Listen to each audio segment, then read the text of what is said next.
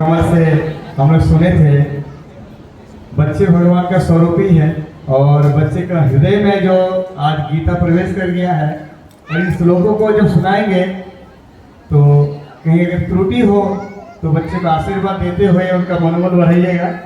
और बच्चे का ये भगवत गीता बच्चे के मुझ से सुनना श्लोक ये सिद्ध होता है कि भगवान श्री कृष्ण यहाँ उपस्थित है, ये भाव लेके सुनिएगा। तो हम सभी बच्चों से आग्रह करेंगे एक एक करके एक श्लोक का और उसका अनुवाद प्रस्तुत करें। अपना नाम बोले। मैं पाज सिंह कक्षा चौथी का विद्यार्थी हूँ। मैं अब आपके सामने अध्याय 2 का 7वां नंबर श्लोक बोलने जा रहा हूँ।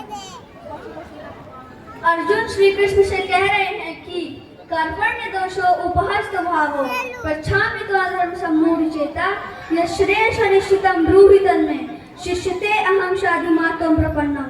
इसका अर्थ यह है कि अब मैं अपनी कृपण दुर्बलता के कारण अपना सारा कर्तव्य भूल गया हूँ और सारा धैर्य खो चुका हूँ।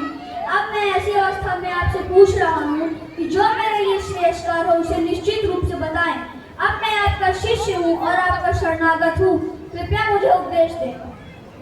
बहुत बढ़िया। देखिए इस उम्र में पहला तो श्लोक बोलना ही कठिन है। हम तो कहेंगे कि बड़े बड़े उम्र में भी इस श्लोक को बोलना कठिन है, लेकिन इन बच्चे ने जो उदाहरण दिए हैं ये बहुत विस्तार है। तो सार में बच्चे ने इसका श्लोक का अर्थ बहुत सही बताया है। आप दूसरे बच्चे उपस्थित हैं वो बताएंगे।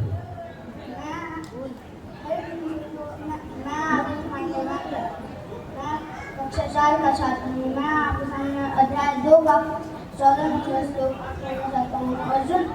अर्जुन श्री कृष्ण अर्जुन से कह रहे हैं देनो आसन यथा दे पवारम गौरम जगह देवान करके मंगवाते। इसका अर्थ ये हुआ कि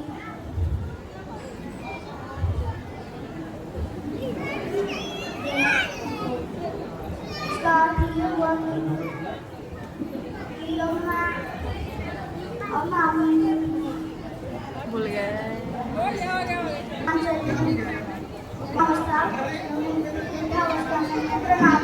रहता है उसी प्रकार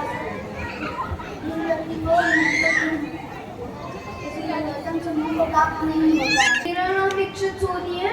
मैं कक्षा चौथी में पढ़ता हूँ। मैं अध्याय 2 का 14 नंबर श्लोक बोलने जा रहा हूँ। मात्र स्पृष्टु कौन्तेय शीतोष्ण सुख दुखदा आगम पायिनो नित्य ताम प्रतिच्छस्व भारत।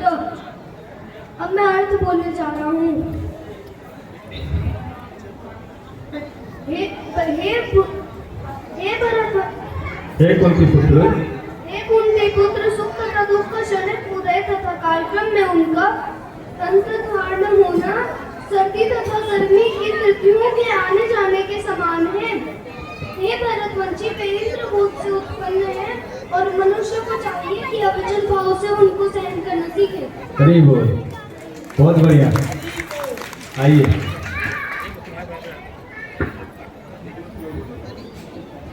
दो का। हरे कृष्णा सभी को। हरे कृष्ण। मेरा नाम अतुल कुमार है और मैं कक्षा 9वीं का छात्र हूँ। आज मैं आपके सामने श्लोक प्रस्तुत करना चाहता हूँ। अध्याय 2 का 26वां श्लोक। जातस्य ध्रुवो मृत्यु ध्रुवजनम मृतश्च तस्मात् अपरिहाय अर्थनोकम शोषितम महर्षति। अर्थात जिसने जन्म लिया है उसकी मृत्यु निश्चित है और मृत्यु के पश्चात पुनर्जन्म भी निश्चित है।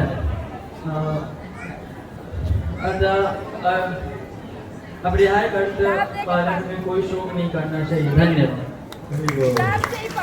देखिए ये जो श्लोक है इस श्लोक में जन्म मृत्यु का रहस्य खोल रहे हैं। जो जन्म लिया है उनका मृत्यु अनिवार्य है। ये जानने के बाद भी हम लोग संसार की वस्तु और संबंध कुटुंब इसकी रक्षा में इनकी देखभाल में जीवन बिता देते हैं। हरि बोल। चलिए दूसरा श्लोक बोलिए। My name is Aman Kumar. मैं आपके सामने श्लोक प्रस्तुत करने जा रहा हूँ। अध्याय 9 श्लोक 26 वज्र पुष्प फलम त्यो योगे भक्त्या प्रसति तदह भक्त्यो ब्रह्म श्रावी प्रत्यागन। यदि कोई प्रेम तथा भक्ति के साथ मुझे वज्र पुष्प फल या जल प्रदान करता है तो मैं उसे स्वीकार करता हूँ। हरे कृष्ण। बहुत बढ़िया, बहुत बढ़िया। आपसे भगवान को अगर पत्र पुष्प फल कुछ भी आप समर्पण करेंगे तो भगवान स्वीकार करेंगे। हरि बोल। मेरा नाम आर्यन कुमार है। मैं कक्षा 6वीं का छात्र हूँ। मैं आपके सामने अध्याय 2 का 13वां श्लोक का बोलने जा रहा हूँ। स्मरणा यथा देह कौमारम योगम जरा तथा देह अंतर प्राप्ति इस प्रकार शरीरधारी आत्माएं वर्तमान शरीर में बाल अवस्था से तरुण अवस्था और फिर वृद्ध अवस्था में निरंतर अग्रसर होते रहता है, उसी प्रकार मृत्यु होने के पश्चात शरीरधारी आत्मा दूसरे शरीर में चले जाता है। धीर व्यक्ति ऐसे परिवर्तन से मोह को प्राप्त नहीं होता है। हरे कृष्ण। हरे कृष्णा। जैसे आज हम बच्चे हैं, कल बड़े हो जाएंगे, फिर बूढ़े हो जाएंगे, फिर एक दिन धराधार से चले जाएंगे और फिर से हमें जन्म लेना पड़ेगा। तो कर्म मुझे ऐसे करना चाहिए जिससे हमारा पूर्व जन्म भक्तिमय हो। हरे कृष्णा। मेरा नाम अंशराज है। मैं कक्षा 8वीं कक्षा का छात्र हूँ। मैं आज आपके सामने गीता के 4थे अध्याय का 7वां श्लोक प्रस्तुत करना था, जो यदा ही धर्मस्य निर्भवति भारत धर्मस्य तदात्मानं श्रीमद्यम्। अर्थात इनमें धर्म का विनाश होगा और अधर्म की वृद्धि, तो मैं स्वयं को अवतार के रूप में प्रकट करता रहूंगा। जय श्री कृष्ण। यदा यदा ही अधर्मस्य, ये जो श्लोक है भगवान वचन दे रहे हैं किनको? दुष्टों को नहीं, भक्तों को, कि जो भक्ति करेंगे उनकी रक्षा के लिए मैं उपस्थित हूँ हर काल में। ये भगवान का वचन है। जब जब धर्म की गिलानी होगी, अधर्म बढ़ जाएंगे, तब मैं हर समय हर क्षण भक्त के साथ खड़ा रहूंगा। ये वचन है भगवान का। चलिए बोलो। हरे कृष्णा। मेरा नाम आकृति कुमारी और मैं कक्षा 6वीं की छात्रा हूँ। अब मैं आपके सामने अध्याय 2 का 7वां श्लोक प्रस्तुत करती हूँ। कार्पण्य दोषो परस्व भावं भिक्षामि त्वं धर्म सम्भूत चेता यश्चेत् साध निश्चितं ब्रूहि तन्मे शिष्यते अहंसाभिमान त्वं प्रपन्नम्। अर्थात अब मैं अपनी कर्पण दुर्बलता के कारण अपना कर्तव्य भूल गया हूँ और सारा कार्य खो चुका हूँ। ऐसी अवस्था में मैं आपसे पूछ रहा हूँ कि जो मेरे लिए श्रेष्ठ हो उसे निश्चित रूप से बताए। अब मैं आपका शिष्य हूँ और आपका शरणागत हूँ, कृपया मुझे उपदेश दे। हरे कृष्ण। बहुत बढ़िया सही श्लोक है। जब तक जीव किसी के शरण में नहीं जाएगा और उपदेश नहीं लेगा तो श्रेष्ठ कर्म कर नहीं सकता। तो अर्जुन वहाँ कंफ्यूज है कि मैं क्या करूँ, मुझे उपदेश दीजिए। तो वो उपदेश भगवान को गुरु माने हुए हैं तब दे रहे हैं कि जब तक हम गुरु स्वीकार नहीं करेंगे हम अच्छा जीवन नहीं जी सकते। हरि बोल। हरे कृष्णा। मेरा नाम सौम्या कुमारी है और मैं आपके सामने अध्याय 2 का 14वां श्लोक प्रस्तुत करने चाहती हूँ। मात्रा स्पर्श तु कौन्तेय श्रितस्तु सुख दुःखदाः आगामा आपायना अनित्यानां चिदिष्यति भारता। अर्थात हे कुंती पुत्र, सुख तथा दुख का क्षणिक उदय होना तथा कालक्रम में उसका अंतर ध्यान होना सर्दी तथा गर्मी की ऋतु के आने जाने के समान है।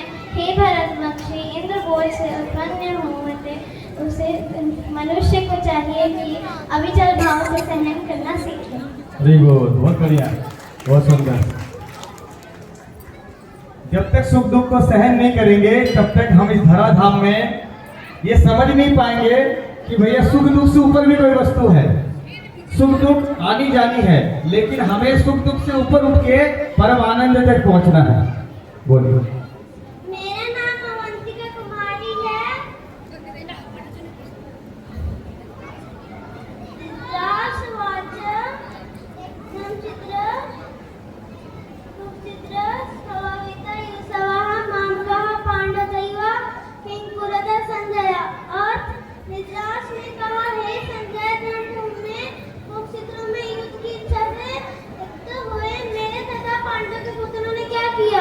जय हो, बहुत हरे बढ़िया। कृष्णा। हर जीव धर्म क्षेत्र में है, कुरुक्षेत्र में है। आपको मालूम है, आप भी धर्म क्षेत्र कुरुक्षेत्र में सुबह से शाम तक धर्म पालन के लिए लड़ रहे हैं। तो अगर आप धर्म क्षेत्र कुरुक्षेत्र में हैं और अगर कृष्ण आपके साथी है तो मैं वचन देता हूँ आपके विजय होगा। इसीलिए हमेशा धर्म क्षेत्र कुरुक्षेत्र में जो जीव पड़ा हुआ है उसको धर्म पालन करना चाहिए। हरि बोल। हरे कृष्णा, मैं शांति पांडे आपके समक्ष 6वें अध्याय का 17वां श्लोक लेकर प्रस्तुत हूँ। युक्ताहार विहारस्य युक्त चेष्टस्य कर्मसु युक्त स्वप्नवबोधस्य योगा भक्ति। अर्थात जो मनुष्य सभी कामों को नियमित रूप से करता है वो योगाभ्यास द्वारा सभी कलेशों को नष्ट कर सकता है। बहुत बढ़िया। युक्त आहार विहारिष्ट, युक्त और अयुक्त दो शब्द है। कोई भी कार्य शास्त्र मत के अनुसार अगर आप कर रहे हैं तो युक्त है, और अगर शास्त्र विपरीत कर रहे हैं तो अयुक्त है। अयुक्त का जीवन संतुलनहीन होता है, डगमगाते रहता है। युक्त वाला जीवन संतुलन वाला बना रहता है। इस श्लोक में बहुत ज्यादा बोल सकते हैं आदमी, लेकिन क्या है, समय कम है। अब दूसरा श्लोक सुनते हैं। हरे कृष्णा, मेरा नाम रिमी सरसिया है, मैं कक्षा 7वीं में पढ़ती हूँ। अध्याय 2 का श्लोक 23 श्री कृष्ण अर्जुन से कह रहे हैं, नैनम चिरयंती शस्त्राणि नैनम दहति पावक न खेद यंत्यापो न शोषति मारुत। इसका अर्थ है यह आत्मा ना तो कभी किसी द्वारा खंड खंड किया जा सकता है, न अग्नि द्वारा जलाया जा सकता है, न जल द्वारा भिगोया या वायु द्वारा सुखाया जा सकता है। बहुत बढ़िया, बहुत बढ़िया। देखिए, मनुष्य शरीर तो अग्नि में जल जाते हैं, लेकिन हम मनुष्य शरीर नहीं है, हम शरीर से ऊपर की वस्तु हैं। लेकिन उसको समझने के लिए योग अभ्यास की आवश्यकता है, तभी जाके इसको समझ पाएंगे। कितना रह गया? हरे कृष्णा, मेरा नाम पलक कुमारी है, मैं क्लास 7वीं में पढ़ती हूँ।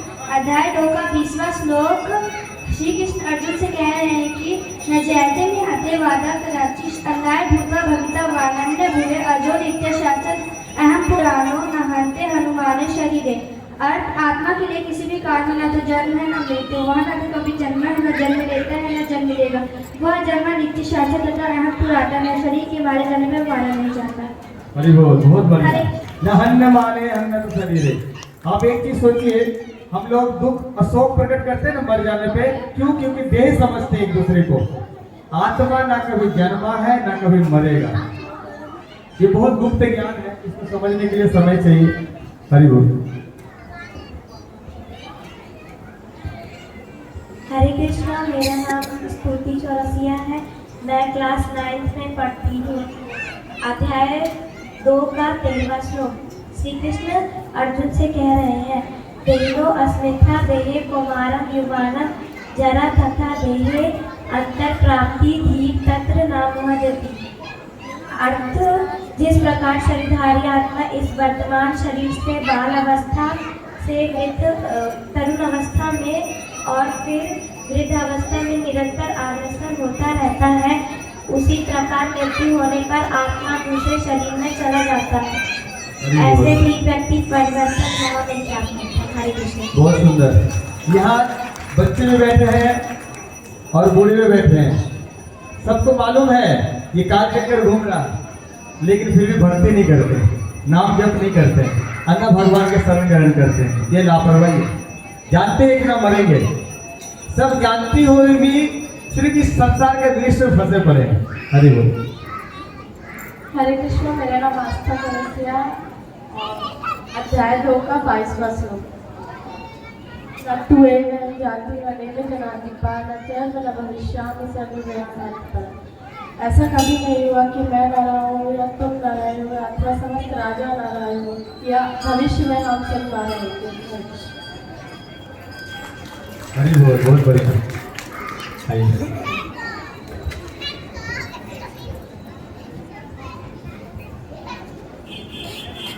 यही है। हरे कृष्ण सभी को, मेरा नाम युक्ति कुमारी है, मैं कक्षा 4वीं की छात्री हूँ। मैं पहले अध्याय का पहला श्लोक सुनाने जा रही हूँ। वाच धर्मक्षेत्र कुरुक्षेत्र समीपेत युद्ध मार्गा पांडव विजयवा कुरुकृत्य संजय धृतराष्ट्र ने कहा, हे संजय, धर्मभूमि कुरुक्षेत्र के युद्ध हुए इच्छा से एकत्रित हुए मेरे तथा पांडव के पुत्रों ने क्या किया। हरे कृष्णा। हरे कृष्णा।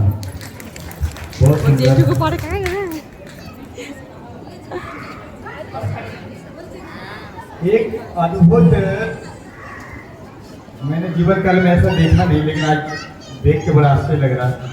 आपको पता है कि इंद्रियों की कमी की वजह से, इंद्रिय को अनुशासन की वजह से हम लोग नरक तक चले जाते हैं, और इंद्रिय के लोभ की वजह से, है ना, इंद्रिय की आसक्ति की वजह से हमारा पुनर्जन्म होता है। इंद्रिया हमें धोखा देता है, दुख देता है।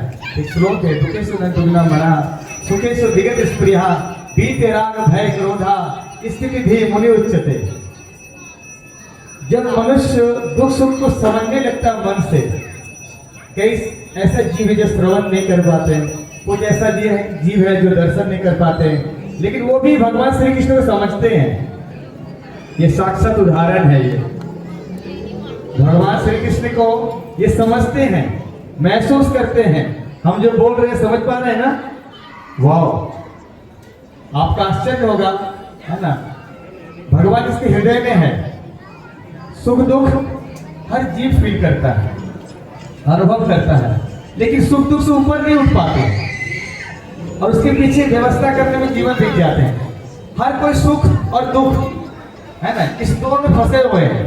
अच्छा, आनंद का अनुभव जब होता है, कभी क्षणिक, कभी बहुत ज्यादा, उसमें टिक नहीं पाता जी। ये टिके हुए हैं। मैं क्यों बोल रहा हूँ, मैं माइक पे बोल नहीं सकता, क्योंकि उसका कोई कारण है।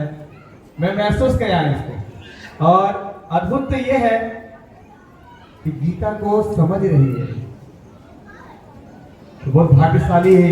इनके तरफ से मैं जो श्लोक बोला हूँ, और मैं इन सभी बच्चों को कहूँगा एक बार वृंदावन आए, साक्षात ठाकुर जी के साथ इन लोगों का उठना बैठना हम करवाएंगे, ये जिम्मेदारी लेते हैं। और हम सभी सरलवासी को भी निमंत्रण देते हैं। आपका एक आश्रम वृंदावन में भी है, और आप लोग निःशुल्क वहां रह सकते जब तक मन करे। कभी वृंदावन आकर के ठाकुर को अनुभव कीजिए। गीता का श्लोक रोज एक पढ़िए, नित्य भागवतम सेविया। आपको दिव्य चेतना का अनुभव होगा, और आप शरीर से अलग का अनुभव करेंगे। शरीर में रह के शरीर से अलग अनुभव करने के लिए बहुत लंबा समय नहीं चाहिए, त्यागना पड़ता था। बस इच्छाओं को त्याग के शून्य हो जाइए, तो शरीर से अलग का अनुभव करेंगे। तो बहुत सौभाग्यशाली है ये हमारे, है ना, ठाकुर जी के, है ना, हृदय में बसा के रखे हैं छोटे से बच्चे, और इनके तरफ से मैंने जो श्लोक बोला इनको समर्पित है। और हम इच्छा करते हैं ये और भी पढ़े। अब पढ़ पाते हो सारे? बस बहुत बढ़िया। हरि बोल। हरे कृष्ण। हरे कृष्णा। प्रणाम सभी को। प्रहलाद स्कूल एक छोटा सा प्रहलाद स्कूल है। आप सभी लोग अपने बच्चे को प्रहलाद स्कूल भेजिए, तो वृद्धाश्रम नहीं बनेगा। यदि गीता शास्त्र और हमारा ज्ञान यदि बच्चे को नहीं मिलता है, तो वृद्धाश्रम सबसे ज्यादा होगा। यदि वृद्धाश्रम कम करना चाहते हैं, बच्चे भगवान को यदि हम वृद्धाश्रम भेज रहे हैं, उस अज्ञानता के कारण ही हम भेज रहे हैं। आप सभी बच्चे को, या तो माता जी बहने जो भी हैं, प्रभु जी जिसको भी इच्छा हो, आप प्रहलाद स्कूल आइए, और भगवत गीता क्लास निःशुल्क रहता है। कोई फ्री और बुक नहीं हो तो भी व्यवस्था कर दूंगा, लेकिन आप आइए, बच्चों को भेजिए। और संडे को बस एक ही दिन का क्लास रहता है, 1 घंटे का रहता है, और आपका 1 घंटा देना आपका जीवन का बहुत बहुमूल्य समय है। इसमें आपका ज्ञान प्राप्त होगा, और आगे गीता और भागवत जो भी शास्त्र ज्ञान है सब बच्चों। हरे कृष्ण।